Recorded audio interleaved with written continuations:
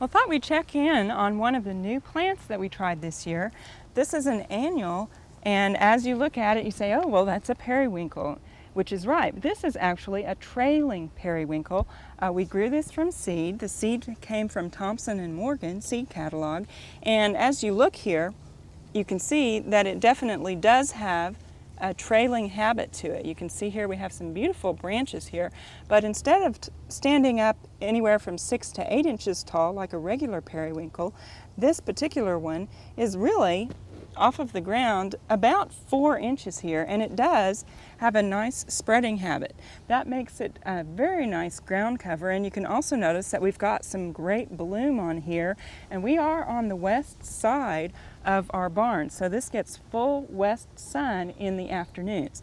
Now it is in some good soil here. We have some well-amended soil, so we've also got a nice mulch on here, but this soil can hold some water in it. However, it does drain very well, but we also have this bloom. Now this particular cultivar is called Mediterranean lilac, and it does have a very pretty bloom on it, and while it makes a good ground cover, it also makes a very pretty hanging basket. Now you can see here how well this trailing periwinkle lends itself to a hanging basket. It's just filled with blooms, and believe it or not, there's only 2 plants in this basket, but they have filled in and trailed over the sides very pretty. So again, we're very happy with this Mediterranean lilac periwinkle that has a trailing form. We hope you've enjoyed this classic from the Oklahoma Gardening Vault.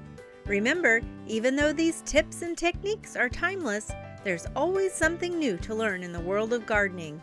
By subscribing to both Oklahoma Gardening and OK Gardening Classics, you'll have access to a wealth of gardening knowledge, both classic and contemporary.